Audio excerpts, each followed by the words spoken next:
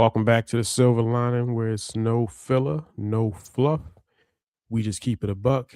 And today we're going to go through NBA playoffs. There's a lot going on, a lot for us to touch on since we last talked. So we're going to get into it. Obviously, I don't have the highest energy right now because of where the Orlando Magic are right now, but you know, we're going to get to it. We got Stan in the building. What's going on, brother? What's going on, brother, man? It'll be all right, man. Like I said, it's game 7 for you guys, and anything can happen in a game 7, man. So keep the positive energy up, man. We'll see what happens today. I don't feel too good about your team chances though, but we'll see. Yeah, we're gonna get to it. And got Kurt in the building. What's going on, man? Well, feels good to be in the second round. Shout out to all my people. So let's get into it, man. I'm happy to be here. You know what we do. No filler, no fluff. Let's keep it a buck, baby. All right, so I think we absolutely have to start with what we just saw last night. I think we have to start what we saw last night. The Sixers stunned the Celtics, come back from down 3-1 to win this series. Jason Tatum didn't play, yesterday, but it was a great game, very competitive game. But wow, like, Stan, what's your thoughts on this? Shocked a little bit, but it's like I think the Celtics didn't anticipate Joel Embiid coming back as soon as he did and looking as good as he did. That was the best I've seen Embiid since his MVP season. Mm-hmm. He had lift in his legs. He was running up and down the court. He wasn't slowing their offense down. When Embiid first came back, I feel like he kind of discombobulated their offense because again, with Maxey and VJ, they like to run but get up and down the court, fast break, and then you got Embiid out there. It's kind of slow. Embiid looked like he looked like the Embiid from his MVP season last night. He was running up and down the court, rebounding, defending, making open shots, hitting threes. He was doing everything that you've been accustomed to seeing him in the last few years when he was healthy. And he just changed the whole dynamic of their team. And it clicked for them. In the last couple games, it clicked. And I didn't think it would with those guys. Mm-hmm. Like I said, I know the Sixer fans, they love Edgecombe, they love Maxey. They just want to build around those guys. But you throw Embiid in there, a healthy Embiid and a healthy Paul George, and Paul George was doing some stuff in that game that reminded me of 2013 Paul George. Mm-hmm. And so with those four dudes, man, who knows? I don't know what's Embiid's deal with Embiid. He banged his knee again, so he was kind of gimpy at the end of the game. But we'll see what happens with him and his health. Because again, he just makes them when he's healthy and he's right. He's as dynamic a player in the league, and he showed that yesterday. Him and Maxey kicked the Celtics' ass. Just them two alone just beat their ass. Mm-hmm. And Boston, once again, Boston, I give the Celtics something where they are consistently with what they do. They shoot threes. And in the last 3 or 4 games, the threes didn't fall. I don't know what the fuck Mazzulla was thinking with that lineup he threw out in the start of the game. Like, he saw Shireman and Ron Harper Jr. These motherfuckers haven't played together all year, and you're throwing them out there in a game 7? That's your starting 5, and Brown and White and Shireman and Queta and Ron Harper Jr.? That's your starting 5 in a game 7? They never played together all season? I thought that was pretty weird. I thought that was fucking goofy, but, I thought, look, Mazzulla's a great coach. He just did not – that was not the best decision yesterday, throwing those guys out to start the game. And the Sixers got up to a hot start, and they were playing catch-up all day, basically. But give Philly credit because, like I said, they and I've been saying all year, if they can ever get that team healthy, they could be a problem in the playoffs for anybody they play. And look, I didn't think they were going to get 5 games out of the Celtics. I thought they was going to win in 5 games, and they ended up winning the series in 7 games. If I'm a Knicks fan, I'm a little concerned just because of how good Embiid has looked. And I would be a little concerned. That's all I'm saying as a Knicks fan. Like, don't think now. To be fair, if I'm a Knicks, I'm also a Knicks fan there's no excuse for you guys to get to the finals now. There's no excuse, especially if the Pistons fumble today and lose to Orlando. Now you got the two biggest obstacles that you could have to the championship out of your way. Boston was their biggest obstacle, and so was Detroit. And if Boston's out, and if Detroit loses today, they're out.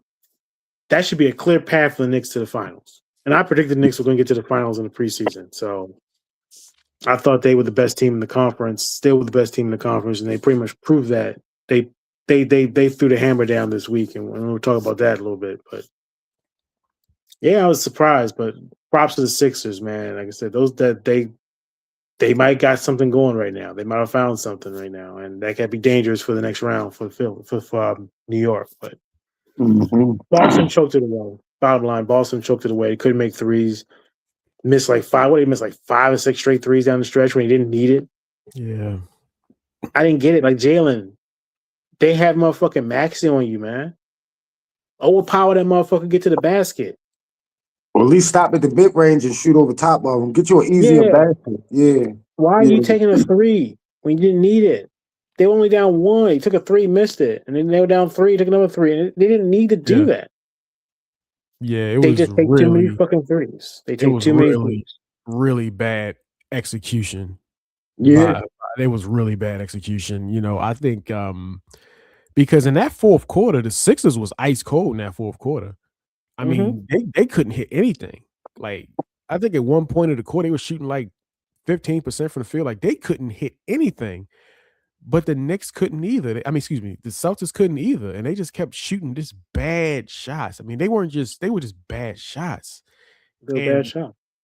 And there was definitely a few times where I saw the lane, like they could have got to the basket, but I mean, that's their game. That's how the Celtics have always played. They just overwhelm you with threes. They drown you in threes. But unfortunately, when the three's not falling, you kind of see what you saw. And I mean, I'm gonna be honest with you, man. Just from the way the Sixers was playing and how effective they were running their offense prior to that fourth quarter. The fourth quarter were bad, but prior to that, I'm not sure if Tatum plays if the result's any different, to be honest, because when Tatum plays and when he doesn't play, they still have the same style with firing threes. And I don't know, man. Kirk, what are you thinking? They shit the bed last night. Just let's just be honest. The Celtics, they picked the wrong time to have one of their worst games of the year. You know what I'm saying? First off, I want to give a shout out to Philly, though, because we all picked Boston, but we all recognize, like, yo, if this team could play to their potential, they could represent the East in the finals if they play to their potential. Are we going to get the Joel Embiid? We know what Maxey and VJ Edgecombe going to do, right? We know, and we don't really expect Paul George to be Paul George, but you know he's going to give you some type of production. He's not going to just do nothing. You understand? But we all felt like the Celtics should win this series. But if we're going to get Joel Embiid, like we know to get Joel Embiid, this could be problems for Boston. And that's basically what happened. Tyrese Maxey, man, listen, dog, I always give him credit. Y'all know how I feel about him. Drafted to be late round draft pick. You know, if that draft was done over today, he's going to be top 5 pick for sure. But leadership, that's what Boston didn't have yesterday. When Tyrese Maxey was saying, hey, y'all shut up. Look, you go over here. Come here, VJ. When Tyrese Maxey was out there pointing and getting shit together, they was just coming down running plays. Like Boston needed somebody last night to say, look, like I feel like it should have been Jaylen Brown. I feel like Jaylen Brown should have been like, look, we've been here before. We know what to do. Listen, everybody shut up. Like you say, I got Tyrese Maxey on me. Everybody moved. You know what I mean? They didn't do nobody for the Celtics as a player took ownership of that game. And that's why I love Tyrese Maxey. He's going to own the game. Whether he beat you by 30 or get blown out by 30, he's going to own the game with the ball in his hand. That's all he do is no. Yes. Come here. No, go down by and post up right there, stay there. Look, you be ready to shoot. That's all Tyrese Maxey be doing for real. You see him do that often. That is what Houston needed, right? Point guard leadership is so important. You think about Rondo in the bubble for the Lakers. How many times the decision making for Rondo, we benefited from it. You know what I'm saying? Just by having somebody that knows, just by having a Chris Paul that can point, just by having a Drew Holiday that can slow it down to get guys together. We seen Tyrese Maxey hold that shit together yesterday. Boston was just up in the air. Like, it's like, whoever shoot it, just shoot it. Just shoot that shit and hope it go in. That's what it really looked like. Like, they looked desperate. Like you say, they was taking threes for no reason. Like, when they could have, like, it was like they felt like the game was only like a 4 or 5 point lead. But they was playing like they was down by 15. Yeah. Like we gotta hurry up and get back. And I'm just sitting there like, is anybody for Boston gonna slow this shit down? Is anybody from Boston gonna at least post up a smaller defender? Like, is anybody gonna do, like, can I get Peyton Pritchard to come off a pick and stop at the free throw line with a jumper or a floater or something? Y'all just gonna keep hoisting up threes. And you know what they say? You live by the three, you die by the three. And the Celtics just, it was like, you know, like how they say they didn't stop the bleeding. You know what I'm saying? The stab won't happen. Philly stabbed them, and they just did not stop the bleeding. They did not try to patch anything up. They just felt like it's almost arrogant. Like, we ain't got to switch nothing up, bro. Just keep doing what we doing. They can't fuck with us. Let's just keep on banging our head up against the cement wall, and eventually we're gonna get through that motherfucker. And that's how they played yesterday. It was an elimination game at that. I think Jason Tatum not being in the lineup kind of affected them down the stretch because he's a guy that at least get to the free throw line. They didn't even get to the free throw line yesterday, dog. Like, what are we talking about? Like, so Joe Mazzulla is a great coach.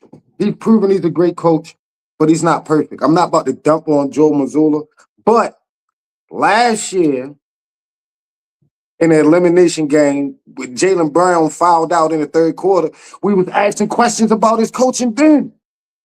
You know what I'm saying? Like, so it's like he does have the tendency, Joe Mazzulla does have the tendency to shit the bed itself. You know what I'm saying? It's just a terrible game plan. Ron Harper Jr. ain't played all year for real. That man probably got 20 minutes all season. You know what I'm saying? So I didn't expect Philly to win this series, but seeing how they plan to their potential, it doesn't surprise me. If Tyrese Maxey, like I say, you gotta have that leader.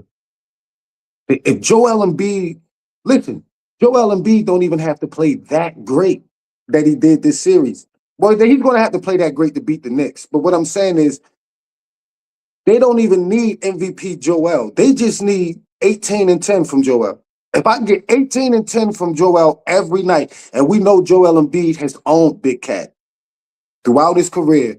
So if they could just get 18 and 10 from Joel, now if they gonna get 25, 26 from Joel, bro, they might represent the East, yo. Like I know you say Boston was the biggest threat to the Knicks, and if something happened to the Pistons, the Knicks should go. But if Joel Embiid is going to play like this, like the Knicks beat Atlanta last series because at the end of the day, it was too big, too many rebounds. The size played a bigger role down the stretch. Offensive rebounds, kickouts. Guys not attacking the rack or Atlanta because it's big bodies down there. That shit ain't gonna matter with Philly. So I just want to give a shout out to Philly. Tyrese Maxey is slowly becoming my favorite player in the league the more I watch him. And Boston just shit the bed, Reg.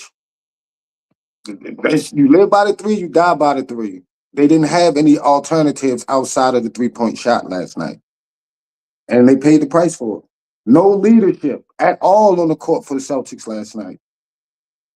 Yeah, you're not wrong. You're not wrong. I mean, again, not having Tatum was obviously a big deal, but I mean, you did have a 3-1 lead, and Tatum was there for the last 2 games. So, it just like I think, like Stan said, man, they was not anticipating Joel Embiid to come back at all, and certainly not to this level. He was kicking their ass, man. Like kicking Joel their ass, Embiid was man. giving it to him, man. After He that was first kicking their game, ass. even the first game back, he was doing it. He was doing it, but that game itself was just hitting threes, so it didn't matter. But he looked like the Joel after Embiid of the old. Like he was talking shit to Jaylen Brown. He was taunting the crowd. He was doing the shit that we used to see him when, going back to his MVP season when he was the best player in the league. He was the villain. He was the villain last night again. He became the villain again. You know what they did, Reggie? If that's what they're getting, if that's the Joel Embiid that the Sixers are going to have in the next round, I don't know, if he can cuz. stay healthy. Yeah, I don't know, cuz. I think I'm rolling with the Sixers, man. Honestly, I think I'm going with the Sixers. You know what the Sixers did last night, Reggie? Yeah. They tightened the hoodie on. They went to rob them. They stole the show. They tightened the hoodie on, bro, so you couldn't see their face.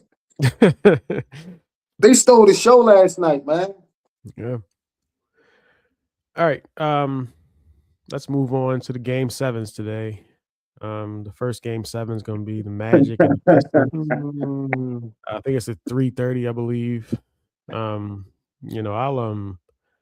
I'll start with this. I don't really want to give a concession speech until after the game today. I might try to go back live after the game to give a proper concession speech. So I don't want to give like a real concession speech now because the series is not over.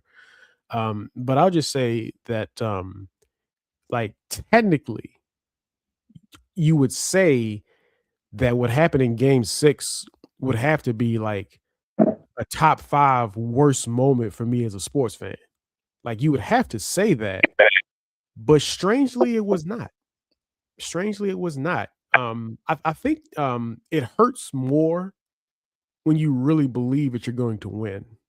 Like when the Ravens lost that AFC Championship game against the Chiefs, I really in my heart believed we was going to win. And Stan will tell you, I'm not typically the man. Can't nobody do nothing with us. I'm always a more pessimistic sports fan. I'm never like out there like it's over and nobody's beating us. I was that year.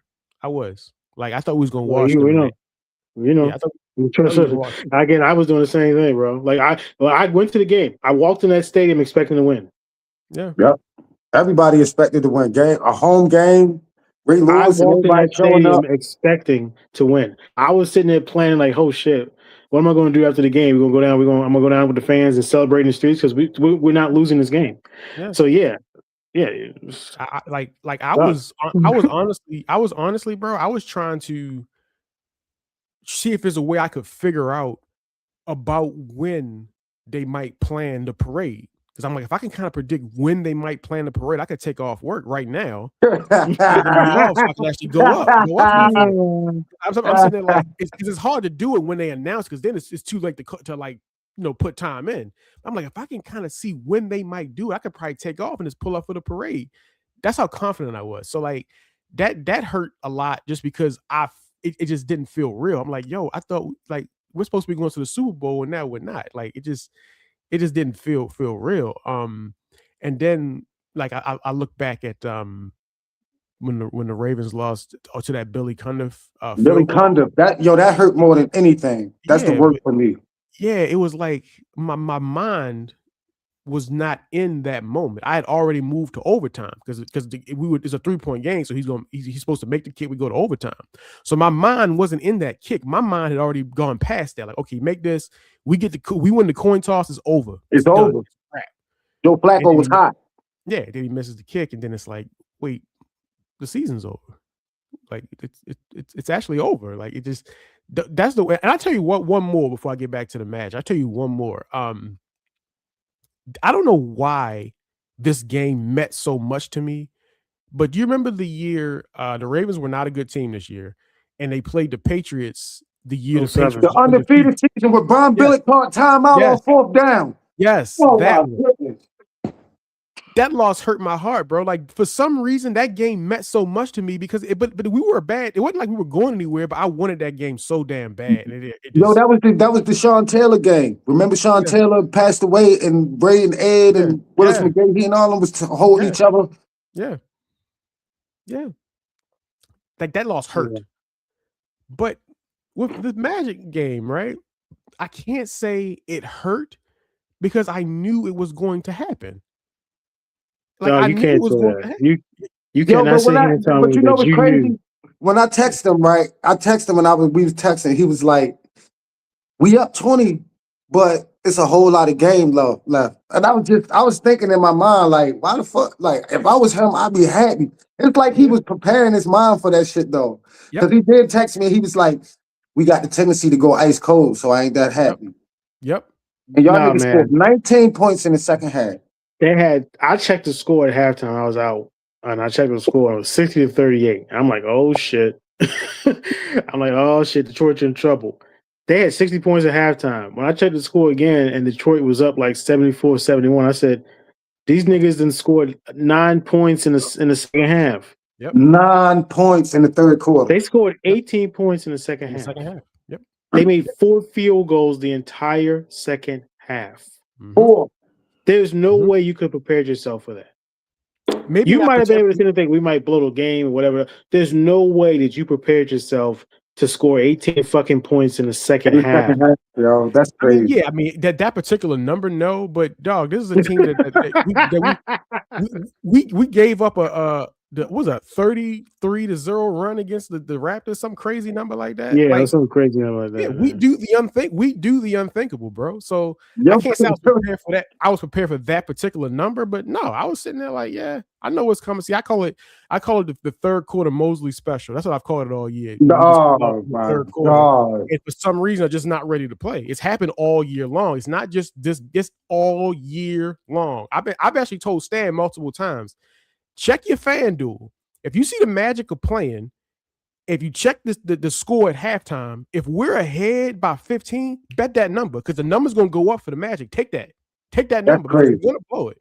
We're going to blow it. I'll be honest with you, bro. When I watch the Magic, I would rather be either down by 10 at the half or up by maybe like 4 or 5. When we go to the third quarter up by like 15, 16, like, nah, the Mosley special is coming. And that's crazy. That's just what I knew was going to happen, bro. So I can't really sit here and tell you that I was calm watching the game. I was sitting there watching the game calm. I was like, yep, this is about what I thought was happening. Yep, another miss, another brick. No kind of offensive scheme. Nobody's moving anything. Just brick. So, it's kind of what I expected. Here's what I'll say going into Game 7, Doug. It's the only thing that I'll say. The Magic throughout this season have had a tendency to respond when they get humiliated. And they've been humiliated a lot this year. It's happened a lot. They've had a lot of humiliation throughout this season. They do tend to bounce back after the humiliation. So I do expect a decent game tonight. I don't expect us to get blown out, but I mean. So are you saying subconsciously the Magic they needed to blow that lead so they can have a great Game 7? No, I'm not saying that. I'm just saying that. You're saying they respond to tragedy, so this tragedy is about to make us stronger. Yes. Yeah, I think they do. I think they're gonna have a decent game, and obviously, I don't think we're going to win it. Let's be clear. I'm not saying that, but if I was gonna predict how the game would go tonight, I would say it's gonna be a competitive first half. We'll probably be up at the end of the first half, maybe by 6 or 7, and then the Mosley special will come in the third quarter. We'll go to the fourth quarter, maybe down by like 9. We'll kind of keep cutting down the lead, but can never get over the hump, and we'll probably lose maybe like 99-94. That's about what I expect to happen tonight. So that'd be my prediction. Hey, Ray. Yeah. Desmond Bane in the first half was worth every draft pick that y'all gave, bro. That man was so on fire in the first half. He was hitting baseline middies. He was just shooting threes in people's face. He was getting in and out the lane. I was like, yo, this is the Desmond Bane y'all paid for. Mm-hmm. He was worth every penny. The score was so lopsided, right? I was watching it with my peoples yesterday. we had two TVs. We had the Raptor game going on in the living room and the Magic game. So we was like, yo, turn the Magic game down. Like, put it on mute so we could just hear the Raptors game. You know what I mean? So we all going to the dining room to watch the Raptor game because we thought Orlando, you know, like they up 20-something at half. So we watching the Raptors game, and I just so happened to look up at the score. And it was like 6 minutes in the third quarter, and they was only down by like 7 or 6. Bro, we ran back in the living room like, yo, hold up. I know they're not coming back, yo. Like, yo, they coming back. Because we kept like peeking in. But then Scotty Barnes was just on some shit yesterday. So we were really captivated by the Raptors game. I just happened to see the box at the top. Like, yo, I can't believe this. Like Jalen Suggs in the first half, bro. Like everything was working. Like, and then y'all just came out, and it just felt like we don't really want to win this game, though. Like, we don't really care about this game. Y'all want to come back? Hey, yo, let them niggas come back, dog. Hey, yo, just throw that bitch out the room. What's his name? Silver? Yeah. Silver? Yeah, gots to go. Gots to go. He gots to go. Y'all just couldn't make a basket, dog. Couldn't make a basket. It seemed like it was just such a struggle to get the ball up to the rim in the second half. And shout out to Detroit because they did show. I don't want to make this so much about Orlando melting down that we don't give Detroit the credit for their perseverance. Kay Cunningham stood up yesterday. Tobias Harris had a good second half. You know what I'm saying? He hit a couple buckets. But for the most part, I really do want to give Detroit their credit as a team for sticking together. But y'all gave that game away in the second half, man. Y'all gave it away in the second half. Like you say, bro. It's what we do. In 24 minutes of basketball, y'all scored 4 field goals, dog. I ain't never seen like 4 field goals. Listen, if y'all don't win the day, Mosley got to get fired. We was just saying, like, they might have to keep Mosley because they playing for Mosley. I'm sorry, bro. If Mosley don't win this series today, he got to go, dog. And I know he a black coach, and we be wanting black coaches to fight the power or whatever, but he got to go after this one. If they don't win today, Mosley is gone. Yeah, I can't put all of it on Mosley because they were just missing shots. They were just breaking shots. But I know what you're saying. But it is on the coach, though. And when it happens often, like you say, it happens often. That's on the coach. Yeah, it always happens. That's on the coach. If it was just like, oh, they got us. All right, they got you. The team got cold, but when it's like when you as a Magic fan is telling niggas, if we up by 15 going into the half, take that. Yes. Like when it's that bad, that's coaching, dog. You got to be able to get them down. You got to be able to measure up X's and O's to get them an easy basket out of the timeout.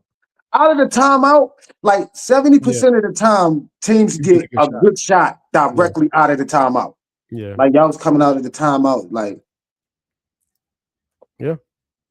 Give it to Paolo. Let him stretch it. No, it just didn't work last night. Yeah, and look, that thing still stands today. So if y'all watching the game today, if we have a good first half, get your phones out. Get your phones out. FanDuel probably up on it now, though. They probably not gonna give you good odds anymore. They might be. Yeah, they probably is. Like we done lost too much money with Orlando. Yeah, it ain't too smart for that shit. But man, that was horrible, and I don't know how they I don't know how they respond today. I'm really interested to see how they respond because it don't get much bad. It don't get much worse than what they went through the other day. I mean, I don't know what was worse, that or the Atlanta thing. Like I don't know what was worse. Yeah.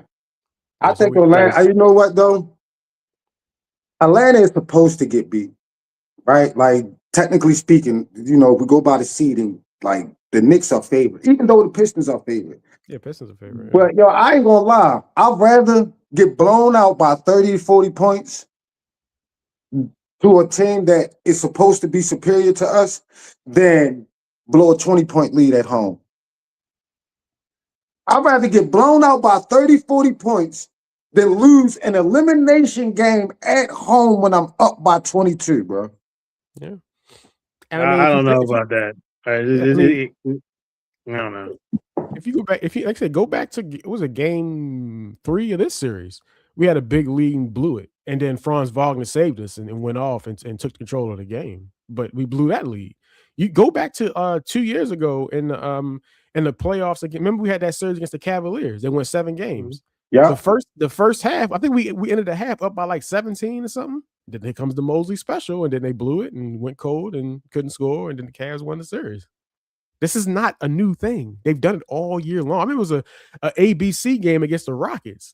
I think they went to the half up by like 16 or something like that, and then the Rockets went on a 20-0 run in the third quarter. Bro, it's happened all year. So that's what I'm telling you. I was not shocked at all. I was not surprised. This is exactly what they've done all year. So I'm not surprised. Not at all. I think Mosley only got enough game plan for one half, yo. It seems that way. Seems that way. But so are we all picking the Pistons today? Yeah, I'm taking I'm going with the Pistons. Okay. I agree. I don't think it's gonna be a blowout though, but I agree. I think I don't think it's. You know I don't think what it's it is, Reggie? yeah. Y'all remember Space Jam when Michael Jordan gave them niggas the magical water? See that magical water be wearing off? The secret stuff. Yeah, that secret stuff. That shit be wearing off in the second half. It was just water. Hey, the whole Mike, time, you got any though. more of that stuff? Yeah. It's just water. Y'all had it in you all along. It was in y'all all the Got any time. more? Y'all just needed the water. That's it. That's shit crazy. All right. Obviously, the other game 7 is going to be the Raptors and the Cavs. We all know. We all know what's to be said. Kurt, what do you think here about this You know James Harden ain't showing up today, dog.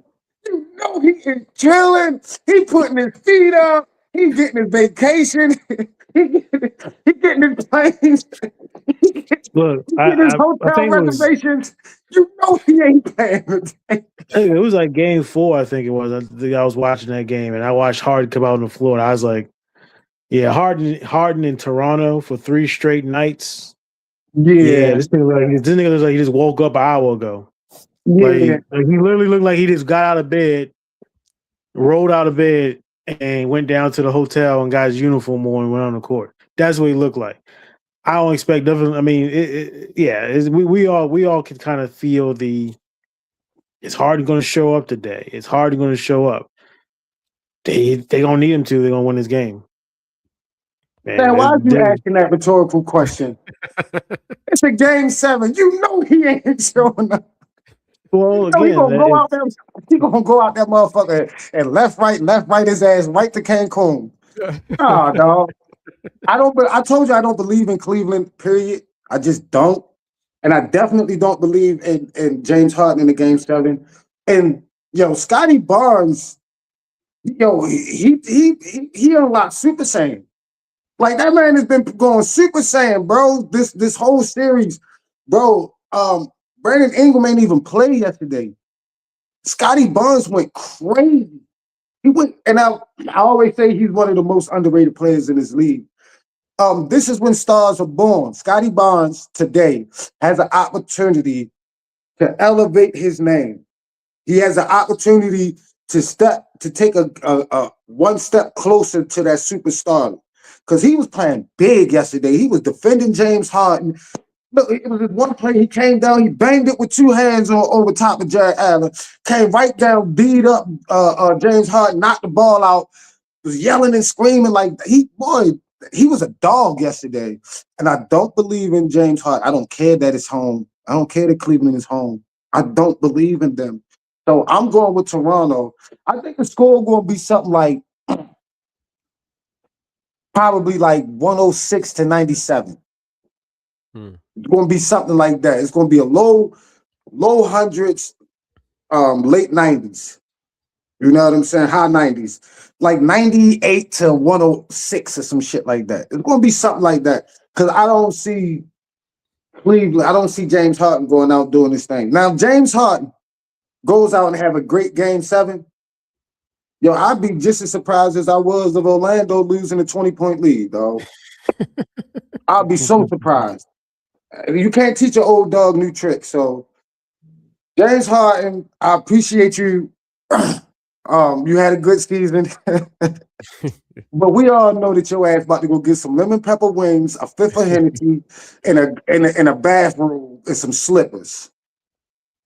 Get your suitcases ready, Cleveland. Stand what he said.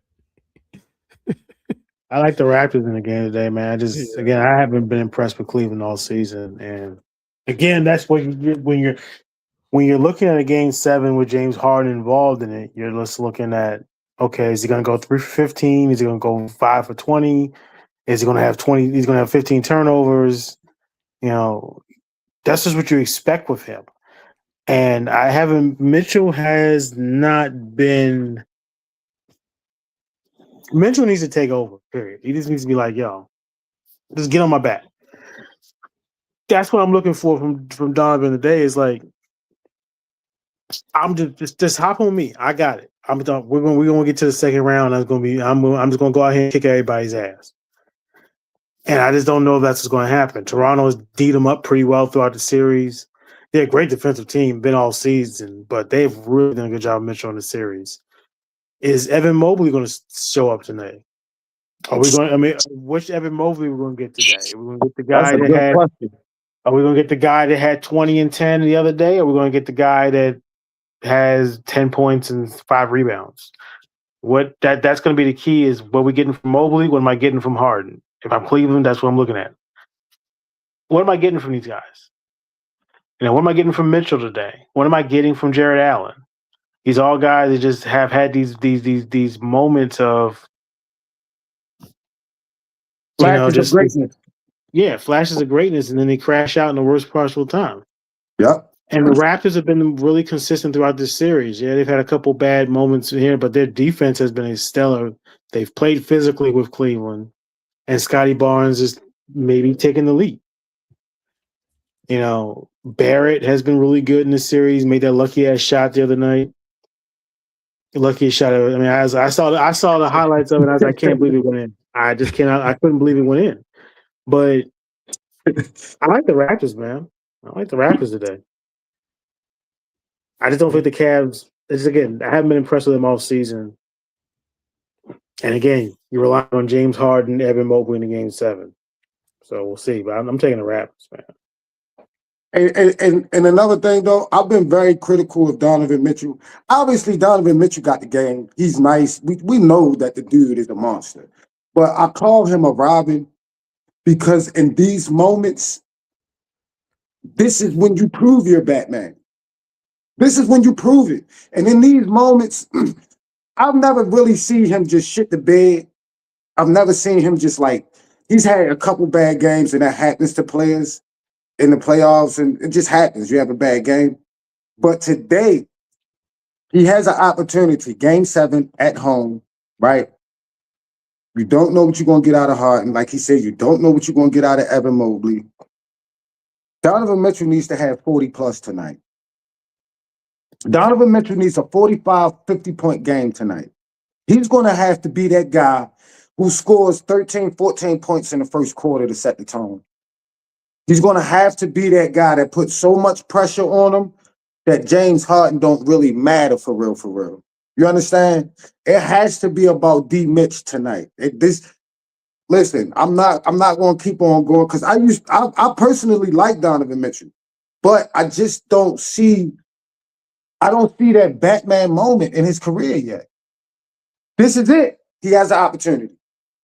He has an opportunity to prove that without a shadow of a doubt that I am the Batman. I can carry the crowd. I got my utility belt right. You need to hit the button and the Batmobile need to pull up.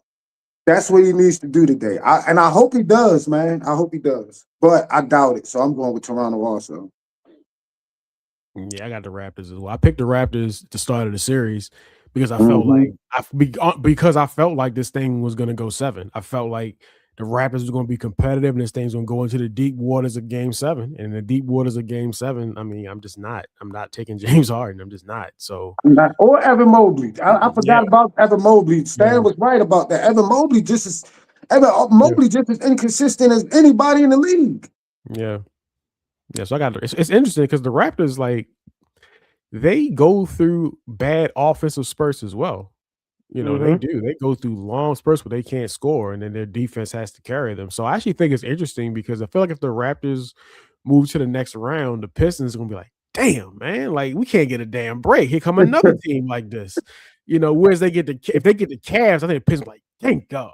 Thank good we get some damn breathing room now. You know, so I think they would definitely rather play the Cavs than the Raptors because the Raptors going to give them a lot of the same trouble that we giving them. You know what I mean? Yep. So the Pistons got a really weird draw in terms of their side of the bracket, the number 1 seed. They really did. If the Raptors win anyway. Man, Scotty Barnes defending the paint, playing help defense, and then running the offense. Yeah. That's crazy. Yeah, he's taking a leap, I think. Taking that leap. And, you know, you expect that for how much he's being paid. But, you know, I think that you know, where he has elevated his game. But yeah, Toronto has has that toilet bowl offense sometimes too, where it's kind of just gets, you know, just their only offensive play is Sky just get the ball and just jet down the court so you can get to the rim. Brandon ain't out there. They're gonna definitely. Brandon gives that offense gives them balance because you got that ISO player that can shoot it from just about anywhere. Yeah, inconsistent. Yeah, they need Brandon. They need Brandon out there today. But he was consistent this year. Like I'll tell you about Brandon Ingram. Yeah. This year he was pretty consistent. Yeah, I guess. Let's move on. I don't want to spend a ton of time on this. I do want to move on to talk about the actual series, but I mean, where do the Nuggets go from here?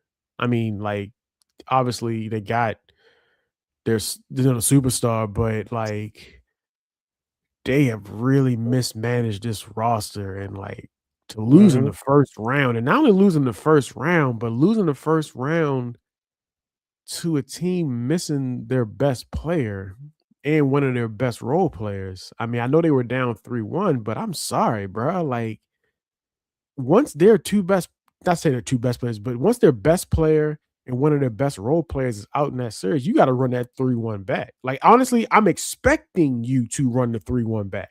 You feel what I'm saying? I mean, you know, we talk about the Pistons and the Magic. I mean, once Franz Wagner went out, the Pistons was like, all right, blood's in the water. We're gonna run this thing back.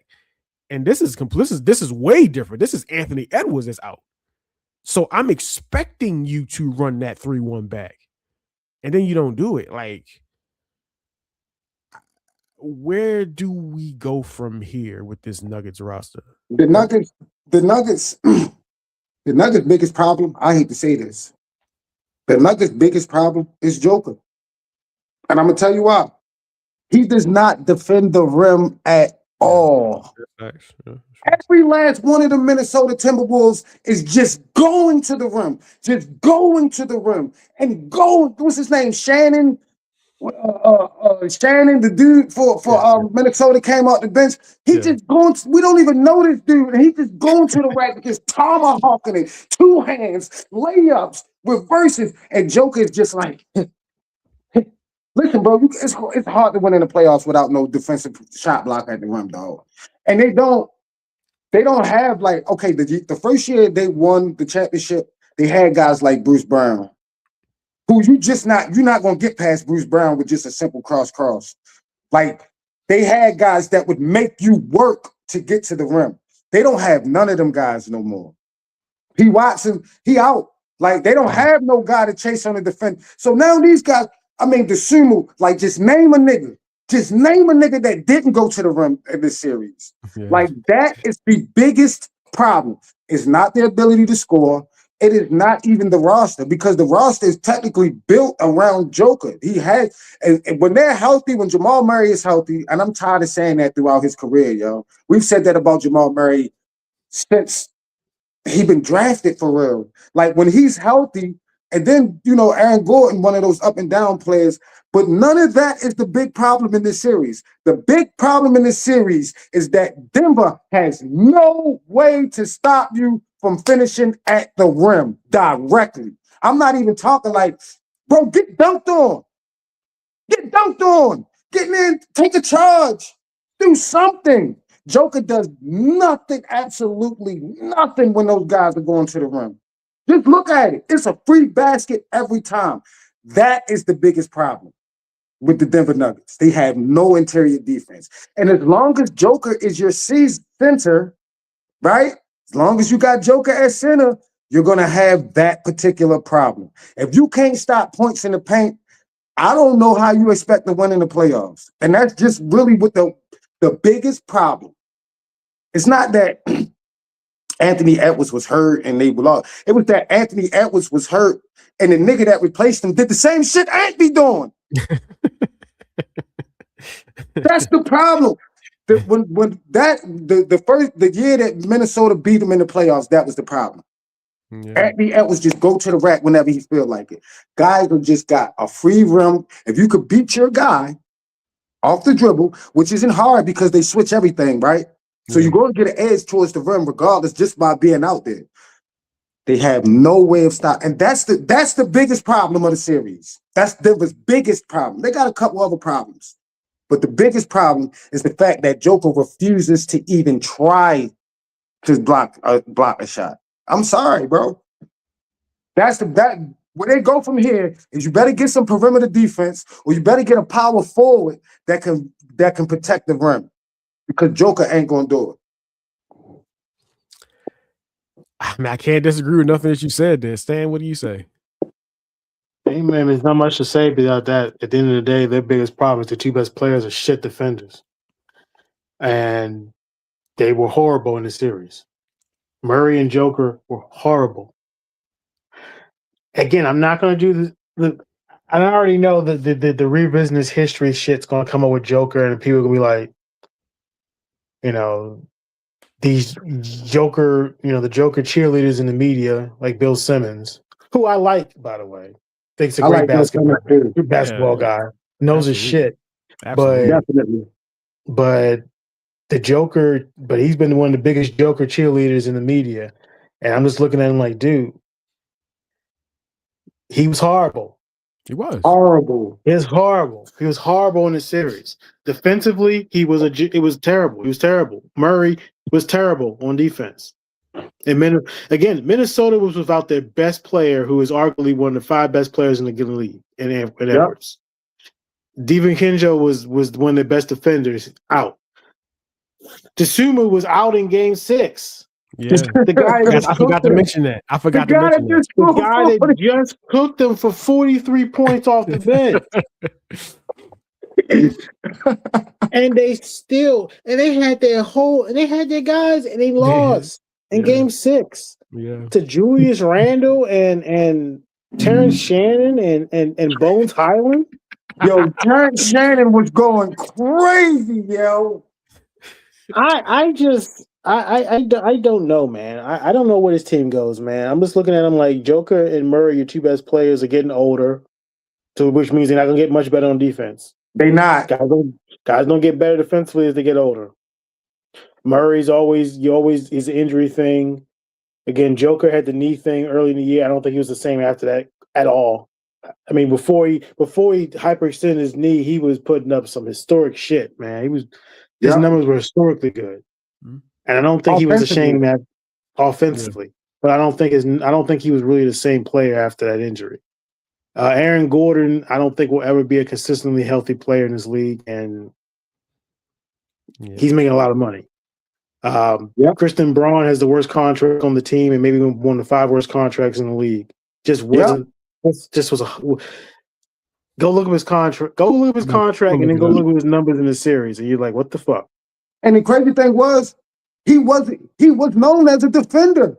He was. Like Christian Braun was their 3-and-D guy. He got that money and said, "Fuck, slide my feet." Yeah, he was supposed to be a 3-and-D guy, and he got his ass roasted like a marshmallow by a bench guy. The guy came off the bench. I was looking at the roster of the Nuggets. It's not great, and I thought their roster coming into this season was much better than what they had the year before. When I thought it was just Joker doing all the work. Their roster was not that much better. Christian Braun was terrible this year.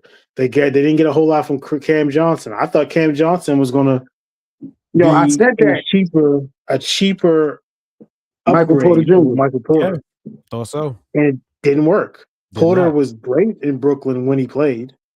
And let's look at the rest of the roster. They don't have a whole lot of young players that are worth a shit. They have no draft capital. I don't know where they go. And their coach is just not the guy that Mike Malone was. So I don't know where they go. I mean, I don't know who they make. He gonna run his team back next year and lose Minnesota again in the first round, second round? They don't have, like you said, they don't have no draft capital. They don't have no money to spend on free agents. And the players, you can't afford to. Okay, let's put Joker to the side, because as bad as he is defensively, there's no fucking way I'm even remotely close to thinking about trading him. Unless we talking Wemby or Giannis or something like that, right? So you look at the rest of the roster. None of them guys are tradable. With their contracts, none of those. Christian Brown is not tradable. Jamal Murray is not tradable with the injuries. Aaron Gordon is not tradable with the injuries and the inconsistency. And all three of them got big contracts. Yeah. So it's like they are stuck. Unless they can get one of those Kwame Brown, Paul Gasol trades, they stuck for the next 3 years. I just pulled up the box score again because I was just curious. And I'm looking at it. Like, Jamal Murray played 40 minutes, was 4 for 17 from the field. Wow. In an elimination game. Wow. Christian Brown played 28 minutes, scored 3 points. This is a guy making $120+ million over the next 4 years. Yeah, I got his contract too. By the way. And Jamal Murray is known for the big game. That's what he's known for. That's crazy. Just for the record, Christian Brown makes $21 million next year, 23 the following, 25 the following, 26 the following, 28 the following. But he got a whole 5-year deal? Yeah, 5-year, $125 million deal. But Stan, go ahead and continue about the box score. Well, yeah, I'm just looking at the box score. I'm just looking at it, and it's like, Cam Johnson had a good game, but their other guys just didn't show up. Yeah. Just didn't show up. And I'm looking at Minnesota. I was like, who scored? Minnesota had 110 points. Who scored the points?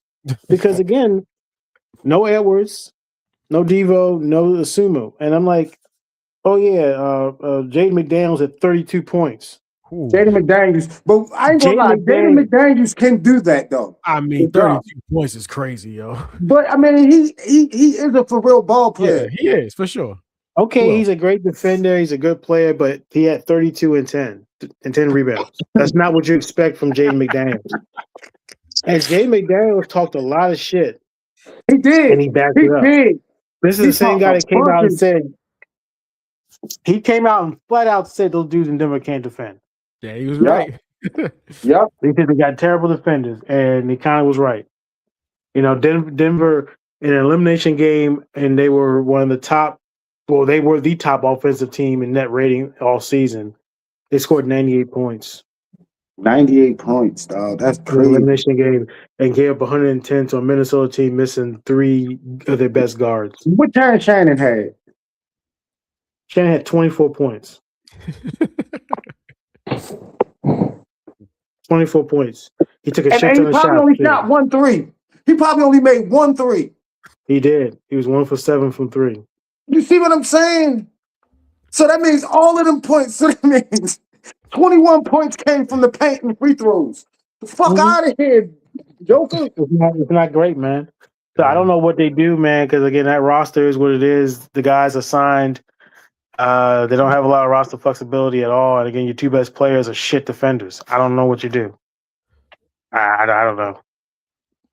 All right, let's move on. Let's get off the Nuggets back. Let's move on. You wanted access, bro. I know.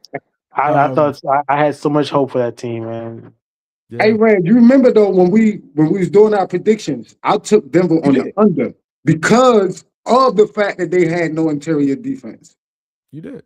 I took that. You got it right, man. You be killing the predictions, Kurt. Like for real. Like your predictions are legit. So I think that people might need to listen to you for their FanDuel. Listen. The first half magic. Might need to holler at me, Stan. Might have to, man, because I did shit with the over-unders this year. Yeah.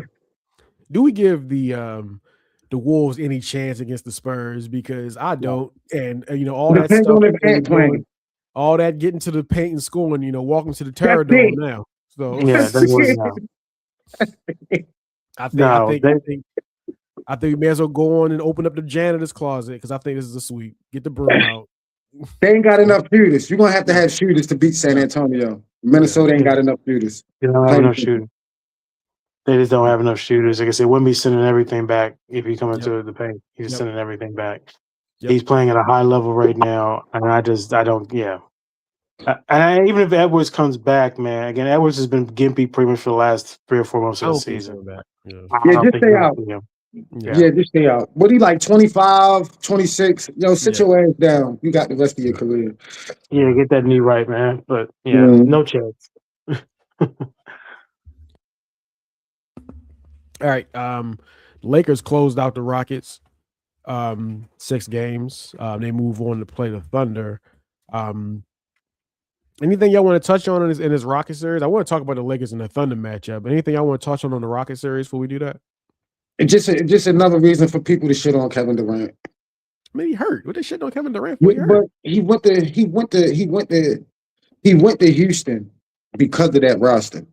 You know what I'm saying? Like, because the thing is they be saying like he been jumping teams since Golden State. He went to Brooklyn to try to do it with 2 stars. Then he went to Phoenix to try to do it with 2 stars. Then Houston got all his talent, and I know he was hurt, but Kevin Durant's legacy has become this, though. This is what since he's left Golden State, what happened in this series, even though he's hurt, I can't really fault him, but what happened in this series has become the story of his career. Yeah. Talented team that just can't get it done. That's just what it be. And it's always because of injuries. Kyrie get hurt, then Kyrie come back, James Harden get hurt. If James Harden come back, Kyrie get hurt. Then he goes to Phoenix, Bradley Beal gets hurt. Then Bradley Beal's come out, Devin Booker get hurt. You feel what I'm saying? Like, then he goes to Houston and he gets hurt. Mm-hmm. So it's like injuries have really like derailed Kevin Durant's career since he left Golden State. And I kind of feel bad for him.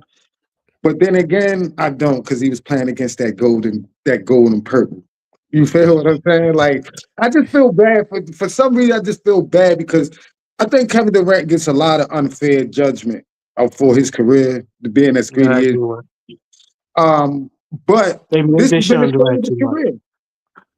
Huh? Durant gets shit on too much, and he's a fabulous player. One of the best players of the generation. And I don't like this fucking bullshit narrative about his legacy's been damaged. And I was like, oh, shut the fuck up. This nigga won 2 championships. He was finals MVP in both the championships they won in Golden State. Whatever you want to say about the Golden State run and him going there, the reality is he was the best player in that series with LeBron James in it, in his prime. Oh, I'm sure he was. He outplayed LeBron James. I ain't talking about the other shit. I've been saying one-on-one, he outplayed LeBron in the 2017 finals. Period. I agree. I agree with y'all that people give Durant too much stuff, but when you start saying that, I gotta push back. Okay. He outplayed LeBron James. Look at the team he was on. Of course, he outplayed LeBron James. What can you even do?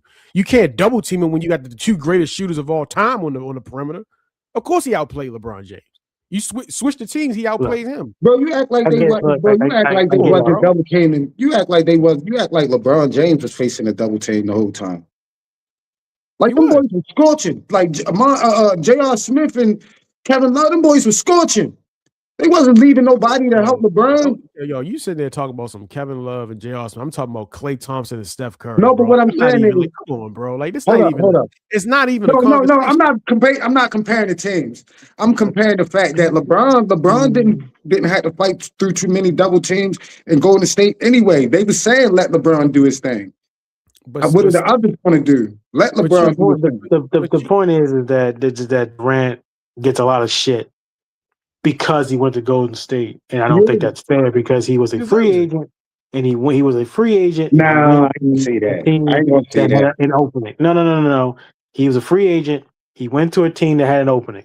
Mm-hmm. I don't know what else to tell you. And then again, that offseason, that 2016 offseason, gonna be a documentary written about that and the cat spike. how that cap spike let the Warriors sign Kevin Durant and and some of the other shitty contracts. But the point is that Durant has had a fantastic career. And unfortunately, the last 5 years of his career has been some of the weirdest shit. His whole career has been weird. Unfortunately, his whole career has been weird. If you go back to when he was drafted by the Supersonics. Yep. And after a year in Seattle, they moved to OKC. Mm-hmm. What happens if that team doesn't move to OKC? How's his career? Is his career any different if he plays in Seattle his whole career? And he plays in that market with all the stuff that they have out, the money is in Seattle with all that tech shit out there. Would he had a different career off the court and on the court than if he was in Seattle? Who knows? Yeah. Then you go from Seattle to OKC to Oklahoma City. Had a fantastic career, just could not get over the hump. Goes to the Warriors. Where's the few Even ships. there though, remember, they were supposed, they had the team to win, and Patrick Beverly did that shit to Russell Westbrook in the playoffs. You remember that shit? Yeah, like it's been like that his whole career.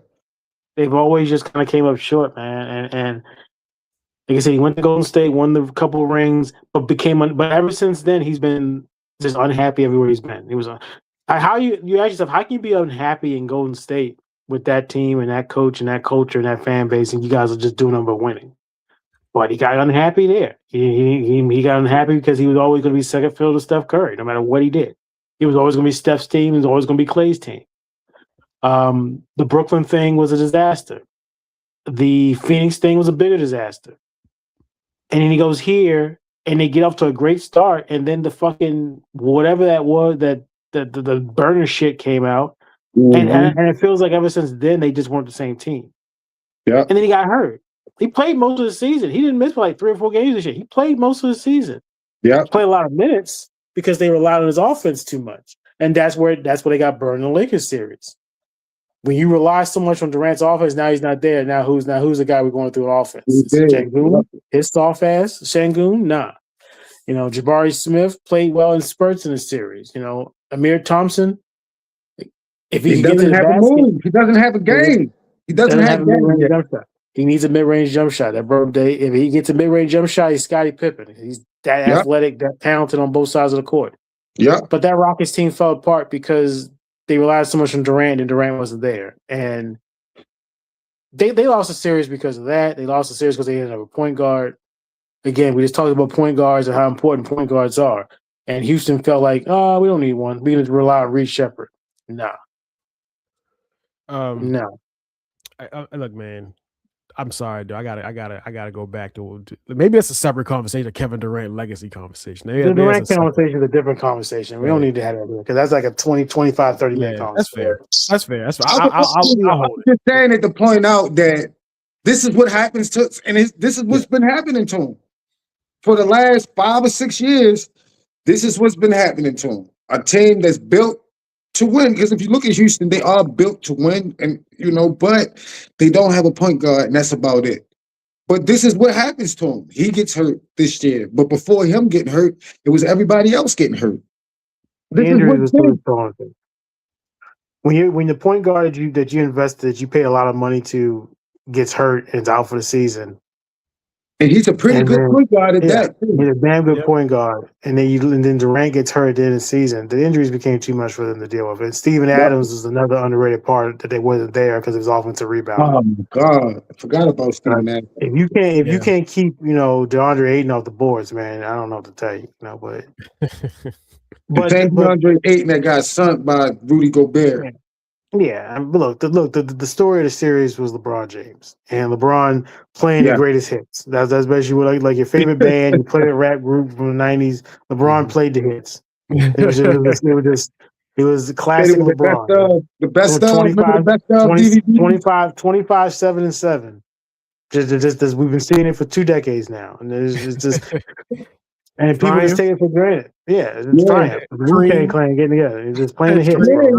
It's playing the hits. Every game is playing the hits. LeBron just played the hits in Game 6, and it was just classic with what we've been seeing for 2 decades now. Yep. And these big playoff games, LeBron to say, "I got it." You know what this was?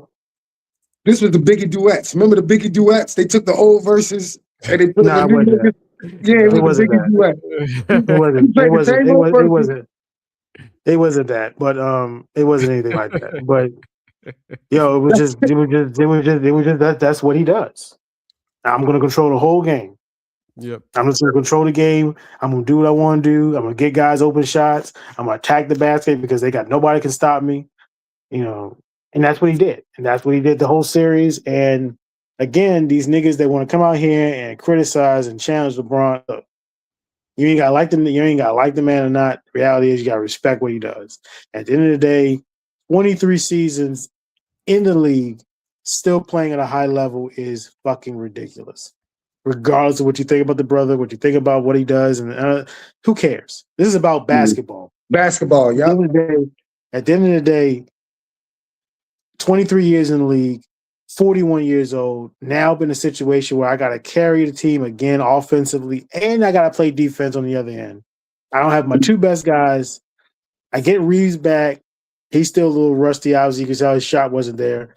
But he just controlled the whole game and got the other guys involved, and the other guys came through. And it was a different guy seemingly every night they won. It was another guy, it was Kennard one night. It was Laravia one night. It was Marcus Smart one night, but it was LeBron every night, being the offensive focus. So, look, we all know they ain't got a shot in hell against the Thunder. We know that, right? Like, we know that they don't match up even when if we healthy. Yeah. But the question is going to be, can we sustain enough damage to keep in the series long enough for Luka to come back? Because from everybody that's talked about this, Ryan Windhorst was on SportsCenter saying Luka's not even close to coming back yet. Yeah. Yeah. So it's a wrap, dog. I'm sorry, guys. I just don't think you have any chance, because even if Luka was there, I would take the Thunder, and But I give us a puncher's chance with Luka. With Luka, we definitely have a puncher's chance, but likely 6 games maybe. So I mean, if Luka could maybe come back, in game 3, you're going to be down 0-2. So then it's a thing of, can you beat these guys 4 out of 5 times with Luka, regardless of where the games are being played? It's just not possible. Just not possible. So that's what I'm saying. The only way we have a chance is if we can sustain enough to keep the series going and push the series out. Because again, the league's going to schedule the games with a lot of time off between it. That's just what they do. Right. But even if they do, I mean, maybe Luka can come back. Because I heard the same report. He's not even close to coming back. So I'm saying, could he maybe come back in game 3? But no, it's looking like game 5. We need to be it need to be a 2-2 series going into game 5. There's no way that's to win. There's no way. That's it. That's the only way. The only way is if they can at least if they can get to a game 5 and be down 3-1. 2-2, whatever. Yeah, 2 How are we gonna pull out 2 wins against the team, bro? Like, I don't know. If we were healthy, I would not. And again, this is what goes back to seeding and the last game of the regular season and how Denver fucked all that shit up. If Denver just done what they were supposed to do and lose that game, then Denver would have been the 4 seed. We'd have been the 3rd seed. We'd have played Minnesota, and then they would have played Houston. And then we would have avoided the Thunder into the conference finals. We would have had a better chance against the Spurs than we would have against the Thunder. Yeah, probably. Only because of inexperience. Only because of inexperience, because again, the Spurs ain't been here before. Right. We would have had a better chance. Against this Thunder team, we got no chance, bro. They're too tough. They got too many guys that can throw at LeBron, too many guys that can throw at Austin. It's just, and then look on the other side. Who's going to stop Shea? Marcus Smart.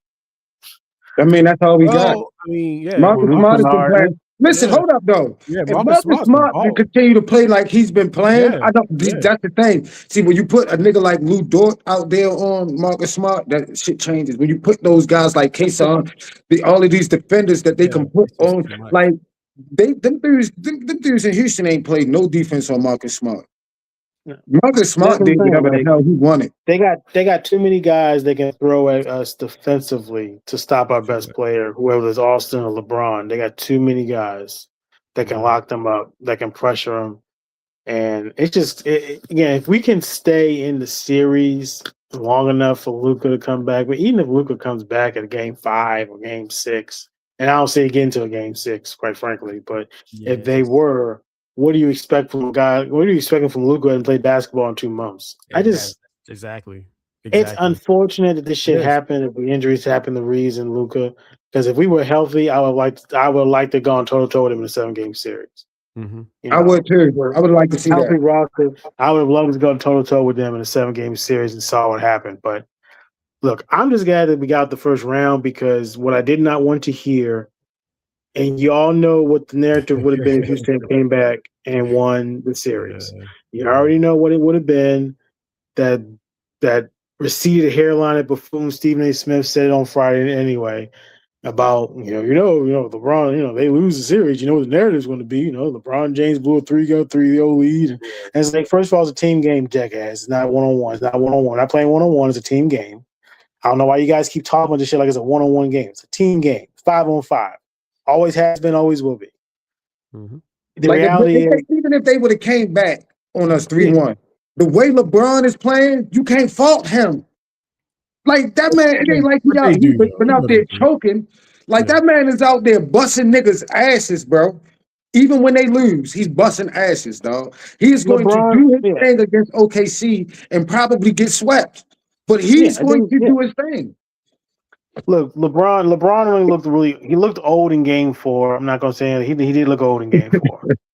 He looked a little old, a little gamey in game 4, but he recovered like he always does and got us over the finish line. So I don't have to hear that bullshit on Monday about, hey, you blew 3-3-0 lead, man. You can't be the GOAT to be 3-point. Like, y'all take that GOAT shit and shut up your ass, man. I'm tired of hearing that stupid shit. Me too, y'all. Me too. I'm tired of hearing that stupid shit, bro. LeBron's one of the greatest players of all time. Whatever you want to have him ranked, who gives a fuck? 1, 2, 3, whatever. He's one of the greatest of all time, and what he's doing right now is unprecedented. And I feel like we can have that discussion respectfully. Like, if we want to have that, is LeBron the GOAT? Is he better than Jordan? I'm not mad at that debate, but I would like to have it'd be so disrespectful to LeBron sometimes, bro. I'm a Jordan guy, but they get so disrespectful to LeBron that I don't even want to partake in it. You know what I'm saying? I don't want to talk about it no more. I don't want to hear about it. I don't give a shit about it, because all these niggas do is disrespect somebody. It's disrespecting LeBron. It's disrespecting Michael. It's disrespecting Kareem. It's disrespecting Magic. It's disrespecting Kobe. I don't want to talk about this shit. All them niggas, man. Like, stop it. Just stop it. It's dumb barbershop banter bullshit, and it's just tired. But I like barbershop banter though. Barbershop banter is dope. In the barbershop, fine. I don't want to watch that shit on TV. We've been doing this in the barbershop, that's fine. Yeah, we've been doing it for too long, bro. It's like Biggie and Tupac, Like, when are y'all gonna leave this shit alone? It's Jay-Z, Nas, Biggie, Tupac. It's just, I'm over all this stuff. At the end of the day, you got your favorite, I got my favorite. It's fine. Doesn't matter. We could respectfully discuss, like, okay, if he say Kobe his favorite and I say LeBron my favorite, he can make his case for Kobe. Well, Kobe got this, Kobe got that. And I can make my case. Okay, LeBron got this, LeBron got that. But see, when I start saying Kobe ain't this and Kobe ain't that and Kobe this, and that's when you start disrespecting the legacy.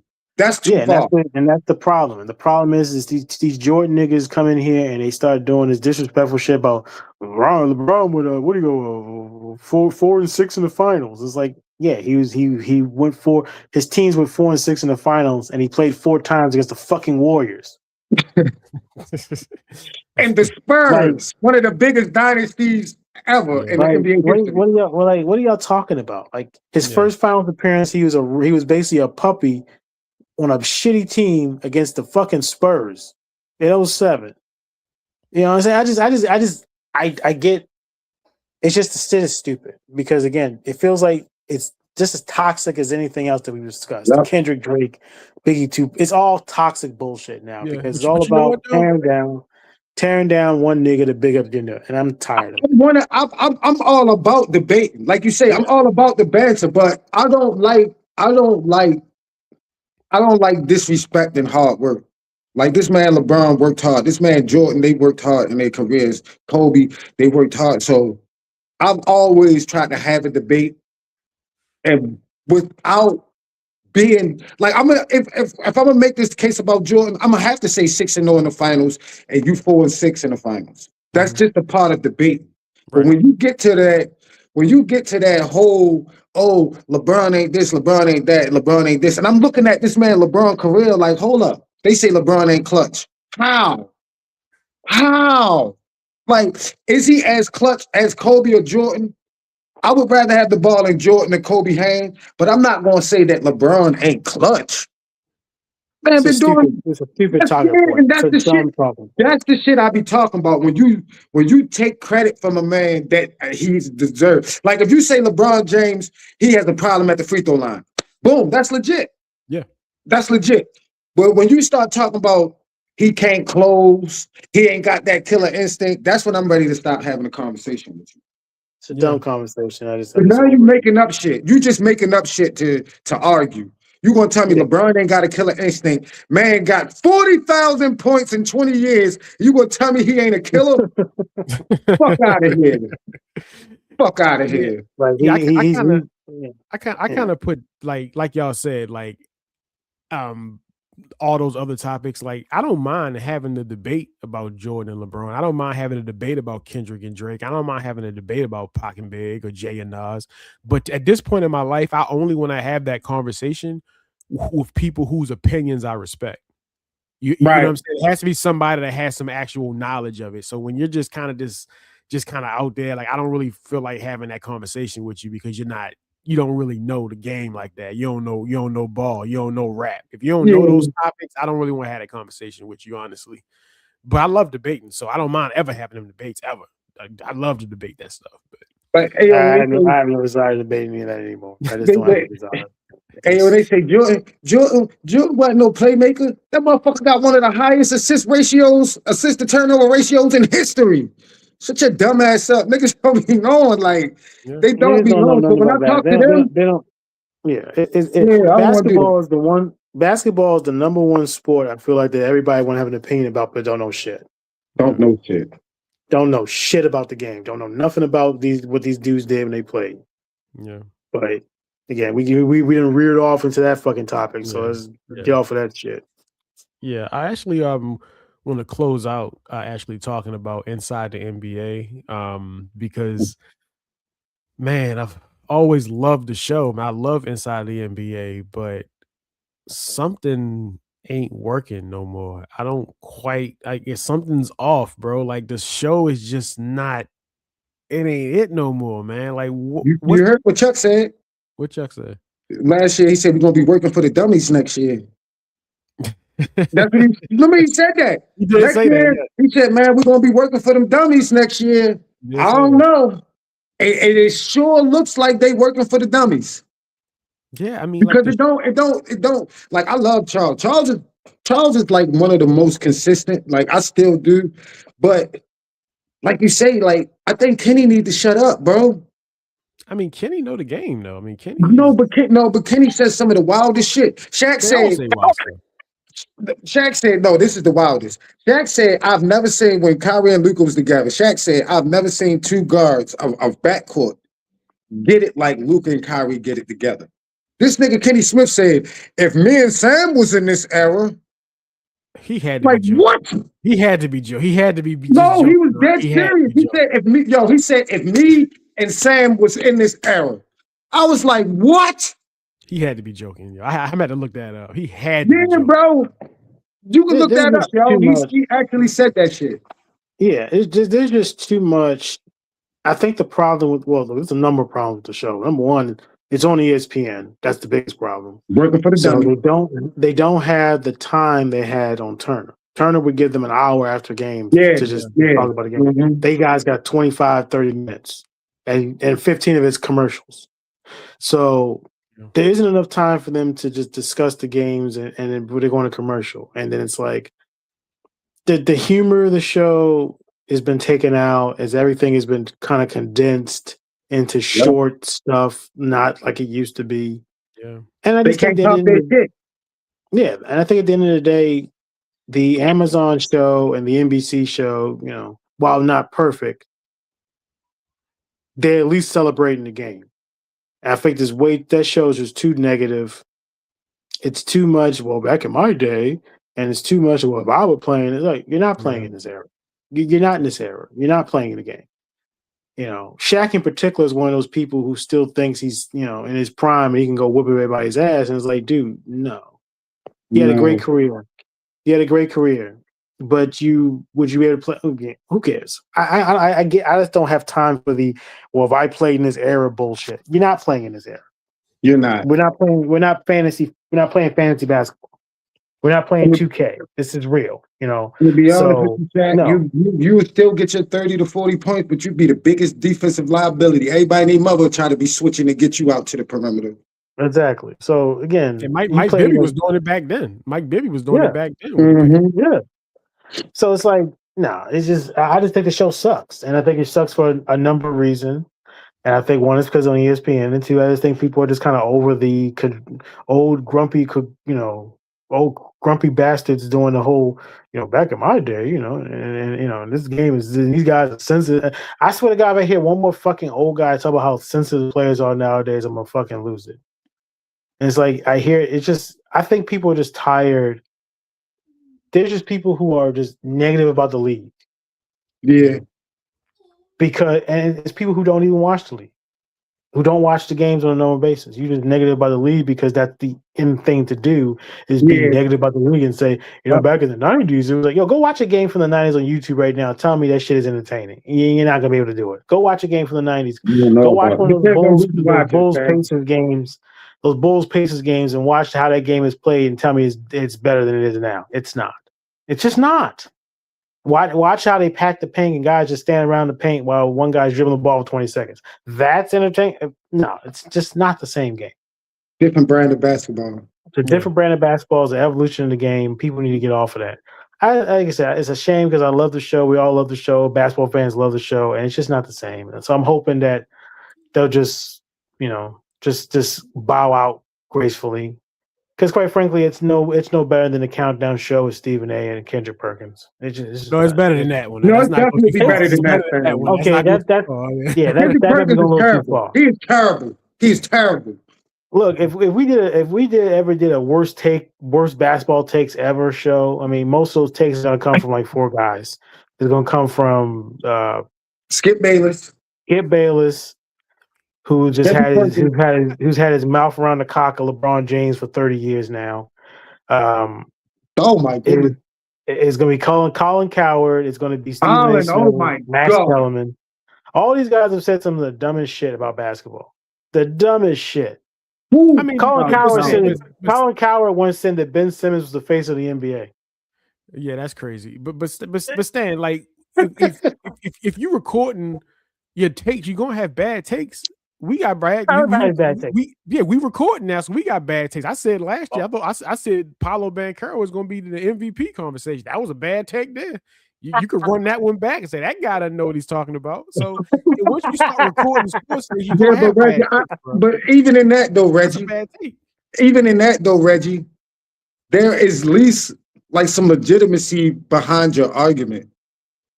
Like, Paolo Banchero is a guy that is on the verge of that superstardom. And if you think Orlando's going to take the next step, then that means Paolo has to take the next step. What I'm saying is, yes, I didn't agree, and it didn't age well, but it wasn't as nowhere near as much as a reach as Ben Simmons going to be the face of the league, though. Yeah, that's crazy. That's the biggest stretch in history.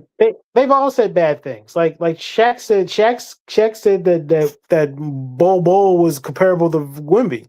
Again, they've all said everybody says dumb things every now and then. Everybody does. Even the best basketball. Bol, yo, I don't know what happened. Like, the potential was out of this world. I don't know what in the world happened, dog. Like, potentially he could have been Wemby. Yeah, it was. I think it was Kenny Smith said that we haven't seen anything like ever seen anything like Wemby, and Shaq said, "Yeah, we haven't Bol." Yeah, that's crazy. No, that's crazy. That's and crazy. It's like, dude, what the fuck are you talking about? Whoa, man? Shaq, you tripping? Again, look, we've all everybody, even the best basketball minds, have said some takes that didn't age well. It happens, but when you continuously, like when you got a 7-day, okay, Reggie had a bad take on Paulo Banchero. But you can watch all of our videos and it's just like, okay, that was a bad take. Or Yeah, that, so but when it's like you got a bad take Monday, a bad take Wednesday, Thursday, and then next week you got a super bad take Monday and a super like Colin Cowherd be so bad so many times that he's almost a genius. It's almost genius. Like you can't purposely be this bad without having some type of genius. I'm Man, sorry.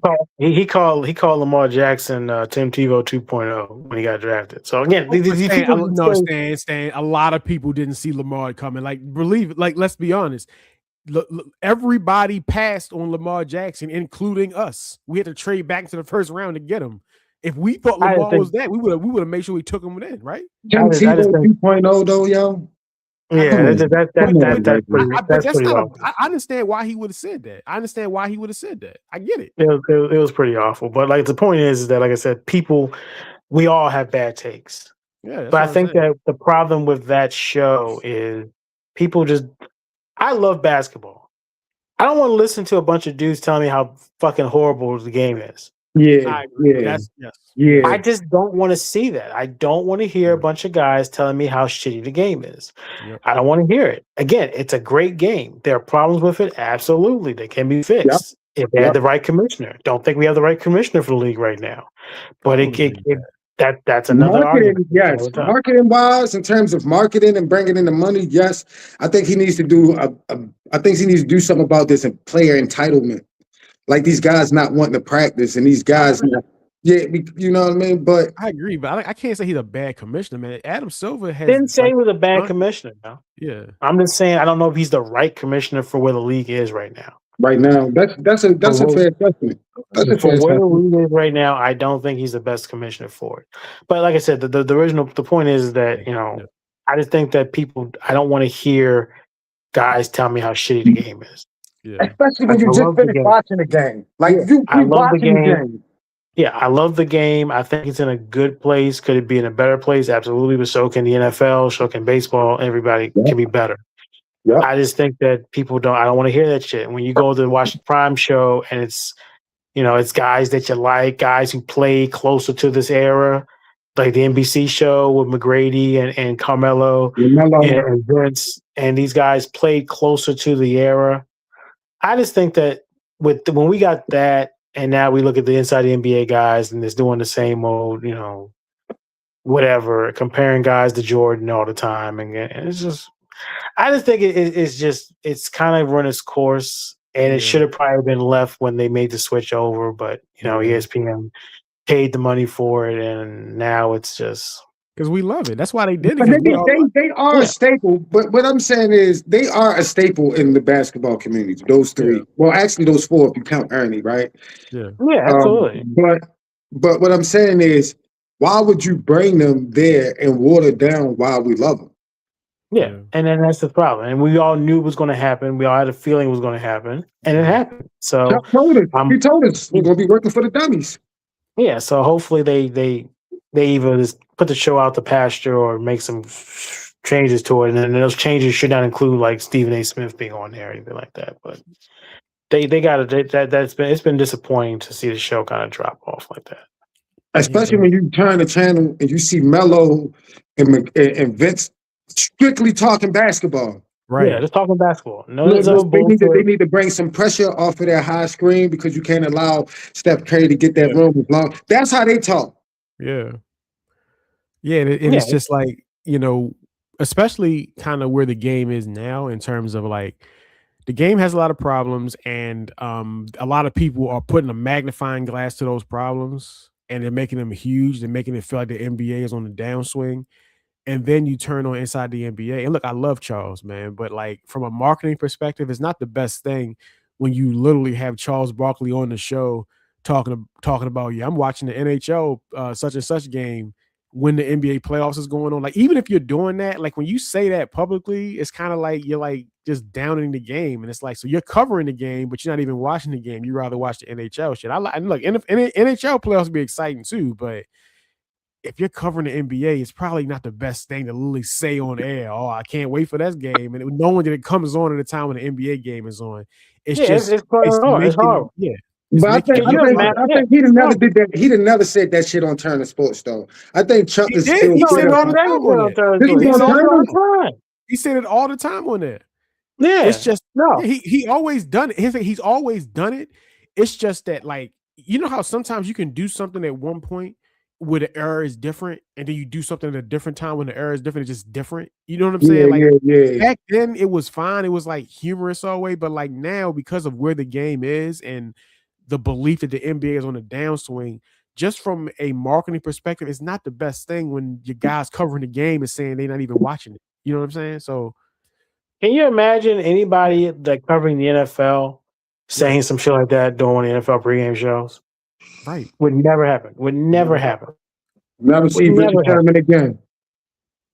You would never hear that. You would never hear when these guys or Collinsworth or any of these guys saying, "Yeah, man, I can't wait to watch the this baseball game that's coming up on the same time as fucking Sunday Night Football." Like nobody's gonna say that. Nobody's gonna say that.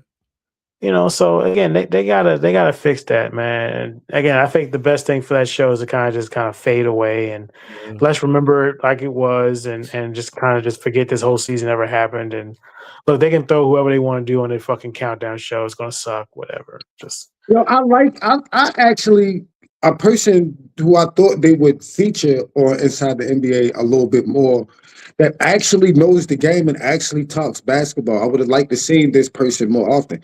Candace Parker. Like, Candace Parker can talk that basketball shit. You know what I'm saying? Very well. When it was her and D Wade and Shaq for a little bit, you know what I mean? Yeah. And she was filling in. Like, she was really killing the shit. I thought, like, especially with ESPN, that all intrusive, we got to have a woman out there. I thought they would put Candace up there. You know what I'm saying? Like, I would rather have right now.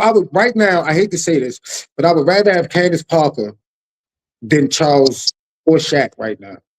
But then it's not Inside the NBA no more at that point. Just make a new show at that point. Yeah, at that point. And they did do, like, when they did Turner games on Tuesdays, they did have Shaq, Candace Parker, Dwayne Wade, someone else on there. Williams was up there a couple times. Yeah, and it was fine. And again, Draymond. Draymond's gonna be really good at that shit once he's gonna be very good. If I was Draymond, I would start next year. Just announce the retirement start next year. He's not retiring until Steph retires, Yeah, I think that too. But it's just I think that when it comes to covering the game, it's got to be better, because again, these people are directly talking to fans and people are picking that shit up. So if I'm hearing Charles Barkley talk about how bad the game is and how guys shoot too many threes and all this other stuff, and that's the narrative, and load management, and that's the narrative. Well, it's not reality, So I would like to see it. I would like to see. Hopefully, think the show should just go away and just be part of the past, and let's do something different. Because again, the other networks that are covering the game, are doing a better job of it right now, to me. Yeah. Better commentators, better. Well, I wouldn't say commentators, because there's no better play-by-play guy in basketball than Mike Breen. But they didn't get any better than that. Mike Breen is the man. When it comes to basketball, doesn't come in. I like Kevin Harlan too. But Mike Breen be on it though. Yeah. When it comes to basketball, there's nobody better than that. But I just think that they need the coverage of the game needs to be better. And I thought Prime and NBC did a pretty good job this year. Again, NBC had some hiccups. The whole Jordan thing was a complete bust, but I mean, it was. Michael just stole a bunch of money from somebody. Basically, he did. I thought he was gonna be like. I thought Michael was gonna be like on the show every so often. He did some pre-recorded interviews. Like, yo, what is this? Or at least do what Kobe was doing. Remember, Kobe was going through breaking the game down. Yeah, like, I thought Jordan would do that. Yeah, and be like, see, this right here is a bad situation. I thought that's what Jordan would be doing, but I thought he was breaking down film or something. Yeah, that would actually require Michael to get up and go do something, and Michael's too rich to do anything. But so I'll pay somebody to think for me. Hey, come bring the film down for me. All right, fellas. Let's end it there. Appreciate y'all for coming through. Till next time. All right,